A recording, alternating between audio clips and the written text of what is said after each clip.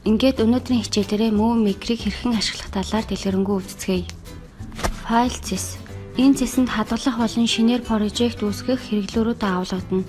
Import from device. Энэ нь зураг болон видео дижитал аппаратнаас болон камернаас оруулах. Publish movie. Таны хийсэн видео файлыг интернет сошиал ертөнцид байршуулна. Recommended this movie command нь таны хийсэн видео файлаа хүссэн видео аудио форматаар хадгална.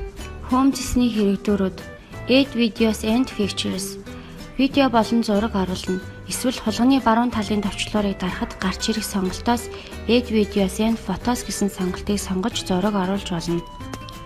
Хүссэн медиа файлаа компьютерт хаана байрлаж байгаа газраас нь чирч авчран ажлын талбайд тавина. Үүний дараа та дуу оруулах шаардлагатай тохиолдолд Add Music гэсэн командыг сонгоод өөрийн оруулах гэж буй дуугаа оруулна. Ажлын талбайн видео бичлэгийн доод хэсэгт нь таны оруулсан дуу байрлана. Мөн та компьютерийн камер ашиглан бичлэг хийх боломжтой. Үүний тулд Webcam Video гэсэн командыг сонгоно. Ингээд таны видео бичлэг орж ирлээ. Үүнийхээ зургийг дарах тохиолдолд Snapshot киноны тухайн агшны зургийг дарж авах юм. Ингээд та өөрийн видео зураг хийснээр засварлах боломжтой болж байна. Та медиа файлаа дасдах, дууг нь тохируулах, хурдыг нь тохируулах гэх мэт тохируулга хийх тохиолдолд медиа файлаа сонгоод Edit Zis Split командыг сонгон медиа файлынхаа дасдах газарт курсороо аваачаад баруун товчоо дармагц таны медиа файлыг дасдах болно. Үүнд нэг зүйлийг анхаараарай. Энэ зэс нь зөвхөн бичлэг оруулсан тохиолдолд гарч ирнэ. Мөн дуу хурдаа тохируулах бол Edit Zis Speed хурд видео волюм дүрс бичлэгийн дууны тохируулгыг сонгоно. Animation Zis-ний хэрэглүүрүүд. Таны оруулж ирсэн видео бичлэгийг засварлаж хөдөлгөөнд оруулахад Animation Zis-нээс хамгийн ихээр хэрэглэгддэг командуудыг танилцуулъя. Transitions. Хоёр медиа файлын хооронд хөдөлгөөн буюу шилжилтийн эффект оруулна. Fan and Zoom. Медиа файлыг нааш цааш хөдөлгөх болон томруулна. Apply to all. Бүх медиа файлыг ижил тохиргоонд оруулна.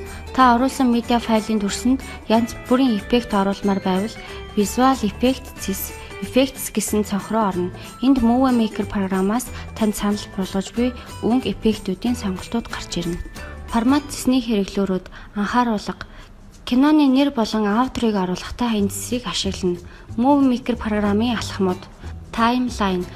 Киноны үйл явцыг харах, орж буй зураг, дуу, timeline, storyboard гэсэн хоёр горон байдаг. Эдгээрийг агуулсан кадр бүр хэдэн минут, секунд тоглуулах вэ гэдгийг тохируулах юм. Storyboard гэдэг нь кадр бүрийн эффект, кадраас кадр чилжих, хөдөлгөөнийг харуулах горим. Өөрийн дуу хоолойг оруулах.